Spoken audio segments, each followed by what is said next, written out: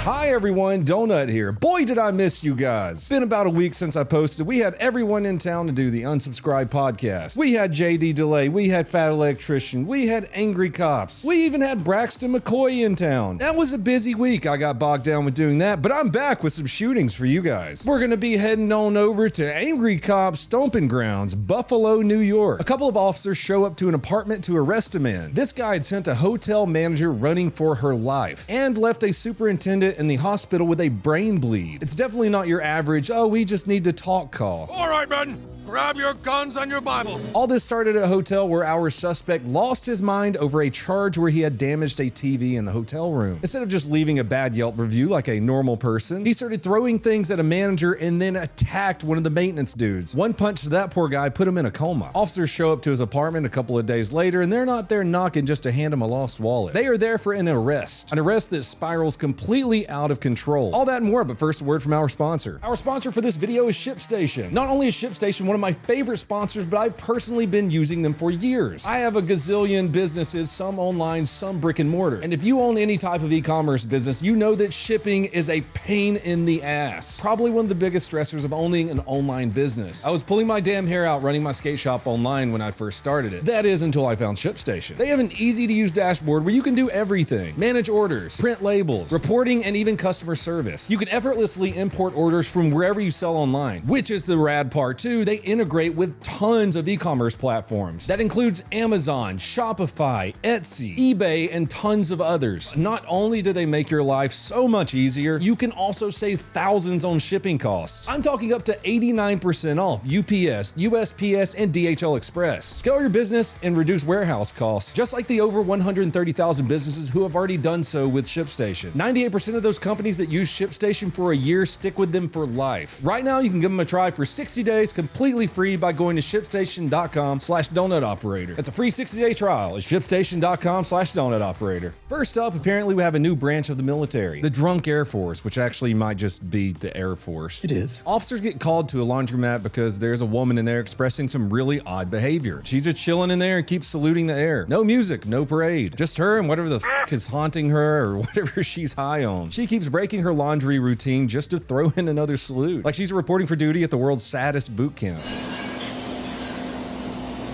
Should you decide to get in that vehicle and drive away, I will pull you over and I will begin a DUI investigation. Now you think about after a dozen salutes and officers telling her not to drive, she'd just not drive, but no, that didn't happen. I will pull you over and I will begin a DUI investigation.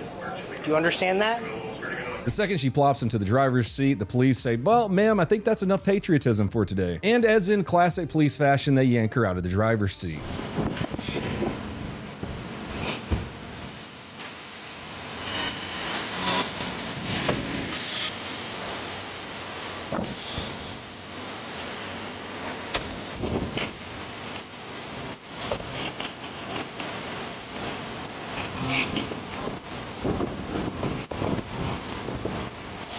Do not get in that driver's seat. Get out. Never turn around, place your hands behind your back. You're being placed under arrest for driving under the influence. Honestly, it looks less like alcohol, maybe alcohol plus acid, something gnarly. She's in a whole nother world. Full salute, then slowly goes back to loading socks into the car. Salute again, rinse and repeat. The report says she was arrested for DUI, but there's gotta be a couple other charges in there too. I'm so confused. Yeah, she's famous now, I guess. Enjoy. Our next story isn't funny, it's just straight up infuriating. You guys might have seen this one all over the news, and there has been some recent developments relating to a petition. A truck driver on a Florida turnpike decided he's just gonna make an illegal U-turn right in the middle of the highway. The result, a family of three is gone forever. Right there, you're watching the moment everything changes for a Florida family. That single move wiped out 3 lives. A 30-year-old man, a 54-year-old man, and a 37-year-old woman. Gone. And here's the kicker. The driver, you guessed it, he entered the country illegally back in 2018. Somehow, he then gets a commercial driver's license in California, of course. A state that loves handing out privileges to people who shouldn't even be here in the first place. I look at this dude, no panic, no horror, just a blank blank, cold stare as first responders are pulling bodies from that car. Florida officials charged him with 3 counts of vehicular homicide. I'm wondering how the hell a truck company ever put him behind the wheel. Oh, California. It seems like a lot of these companies love to cut corners, throw anyone into a big rig, and just hope for the best. This time, of course, it led to the worst possible outcome. And in the end, 3 Americans are dead because the man shouldn't even have been here in the first place. Never should have been licensed, never should have been driving that truck. Here's another infuriating part. Nearly 2.5 million people have signed a petition supporting illegal immigrant truck driver charged in fatal crash. A petition urging Florida officials to show leniency towards Hardinger Singh, an illegal immigrant truck driver accused of causing a crash to kill 3 people, has garnered nearly 2.5 million signatures as of Sunday afternoon. The petition, posted on the website change.org and addressed to Florida Governor Ron DeSantis, calls for both DeSantis and the Florida Board of Executive Clemency to re-examine the case against the 28-year-old. Singh faces 3 charges of vehicular homicide and 3 counts of manslaughter in connection to the deadly August 12th crash. That's crazy talk. I don't know. Here, my opinion, f that guy. Throw him in prison for life. Anyways, moving on. The shooting I was talking about earlier in Angry Cop's hometown of Buffalo. August 13th, 2025, Buffalo, New York. Cheektowaga. What? Cheektowaga? Cheektowaga.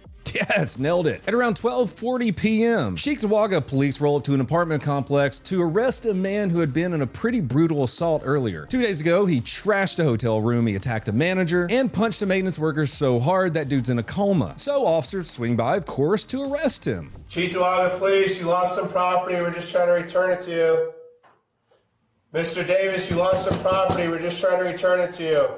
You left some stuff in your rental car, they called us. You'll notice the cops try the polite routine at first, knocking, calling his name, even telling him, hey, you left your property in the rental car. We're just trying to return it. Nice little trick there. It was worth a shot. The guy never comes out. Neighbors are already saying the guy is a nuisance. If she knows of any of his known hangouts.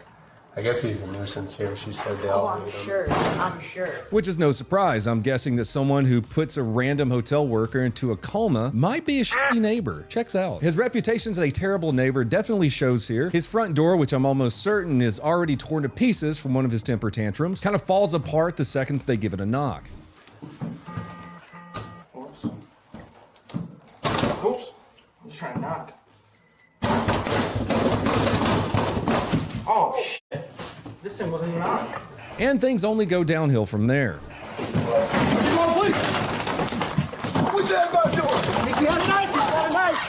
Yeah, that little blur that you just saw, that wild swing at the officers, was a knife, which might I remind you is a deadly weapon. We can see it a little bit better from the officer's body camera who's closest to the door. But before I get into this, can we talk about how the guy was just lying in front of the entrance while cops were yelling at him through the busted frame? But from the look of this weasel nest of an apartment, it might have been the one empty spot that he had. How convenient. One of the officers, of course, immediately yells out for the guy to drop the knife, and of course, in classic suspect fashion, he does not. He just lunges at them.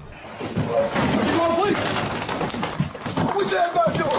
He got a knife! He got a knife! Drop the knife! There's one part I kind of want to discuss real quick. The officer that's pretty close to the door right there. Yeah, the one with the glasses. She was in a pretty bad spot right there when all this went down. No one expected a guy to come running out of the front of that apartment with a knife. If it can be helped, you never want to stand in front of a door. You don't know if someone's behind there with a gun ready to do violence. Someone with a long history of violence, especially. Not to backseat police too much. Off to the side, even a little bit further down the stairs, probably would have been a better position to stand in. You don't know if this crazy f***er got a gun. At one point, she's standing there screaming, but once she repositions herself, an officer is finally able to subdue the suspect with bullets. What's that about door?